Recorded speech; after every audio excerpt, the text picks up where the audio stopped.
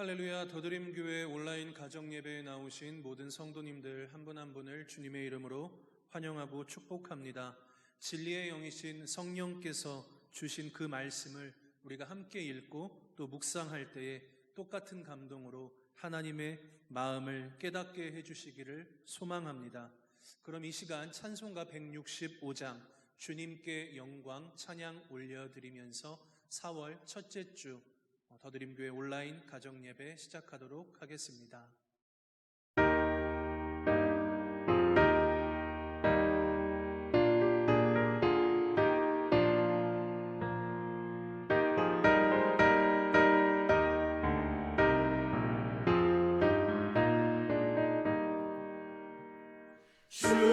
주님께 영광 다시 사신 주 사망 권세 모두 이기시었네.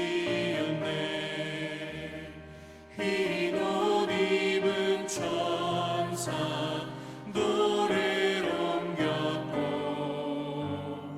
누우셨던 곳은 비어 있었네. 주님께 영광 다시 사신 주 사망 권세 모두 이기시었네. 부활의 주님 나타나시사 두려움과 의심 물리치셨네. 주의 교회 기뻐 찬송하여라. 다시 사신 주님 죽음 이겼네. 주님께 영광 다시 사신 주 사망 권세 모두 이기시었네. 생명의 임금 영광의 주님 없는 삶은 헛될 뿐이라. 주의 사랑으로 세상 이기고 요단 건너보냐 나게 하소서. 주님께 영광 다시 사신 주 사망 권세 모두 이기시었네.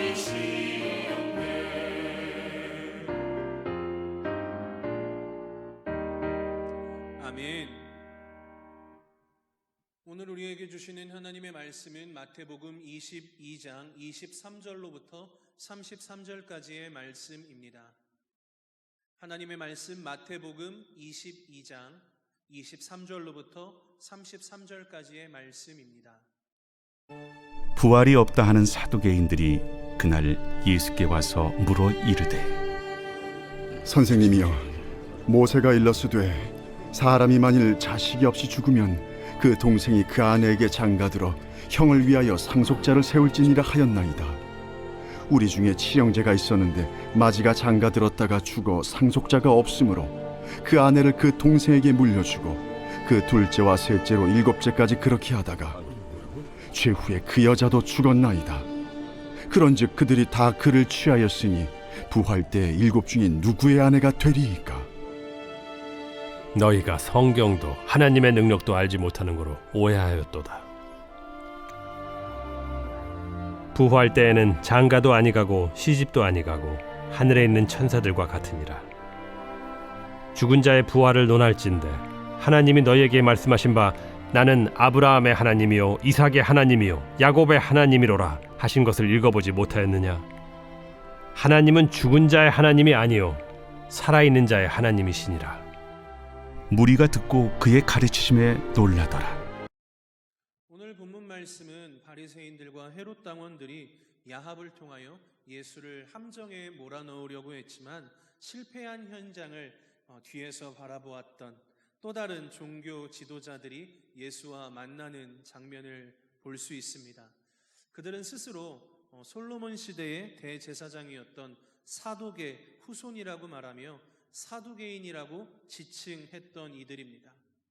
이들은 대제사장 그리고 제사장 그룹이었고 당시 유대 종교 지도자들의 회의였던 사내들인 공의회의 다수파를 점하고 있었습니다.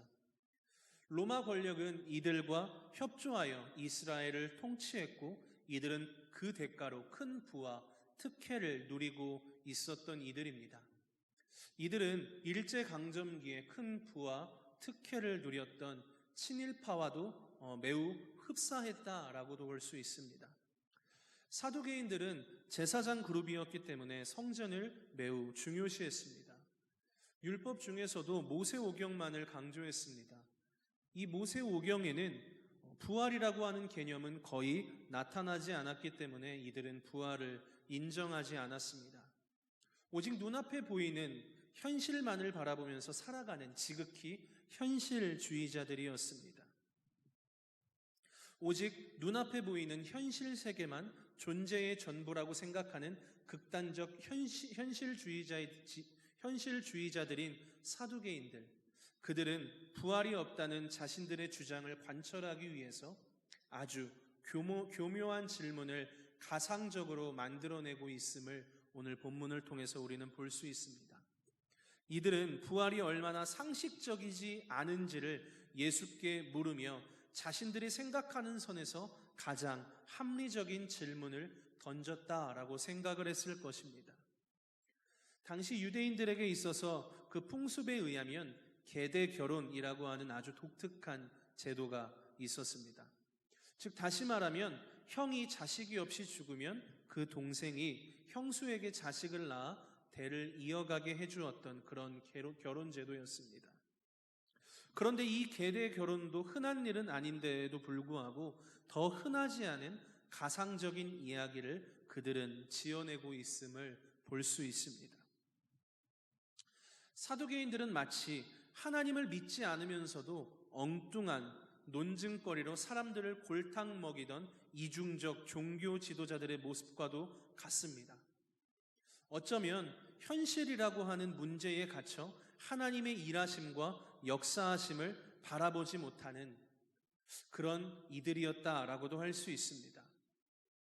결국은 사두개인들은 하나님을 믿는다라고 자부하면서도 모세오경의 하나님을 믿는다라고 자부하면서도 부활만큼은 믿을 수 없다는 것. 그런데 사실은 그 하나님 한 분을 믿지 않는 무지와 오만에서 나온 질문이었다라고 하는 것을 볼 수 있습니다. 그럼에도 불구하고 그들은 오히려 예루살렘 성전에서 자신들이 종교 지도자로서 가장 율법적인 권위가 있는 사람들이라고 착각하면서 살았다는 것이죠.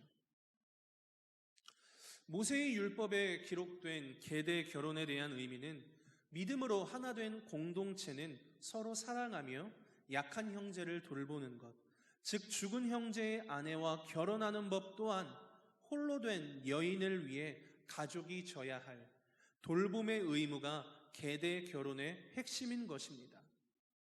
율법은 인애와 진리가 만나고 의와 평화가 입맞추는 하나님 나라를 실현하는 은혜의 비전인 것입니다. 이 법을 논쟁거리로 삼는다고 하는 것은 하나님 나라 법에 대한 무지요 오만에서 나온 질문이다라고 할 수 있는 것이죠.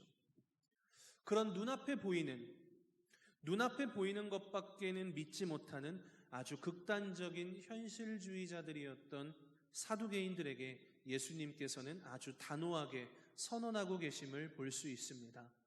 오늘 본문 29절은 이렇게 기록되어 있습니다. 예수께서 대답하여 이르시되 너희가 성경도 하나님의 능력도 알지 못하는 고로 오해하였도다. 아멘.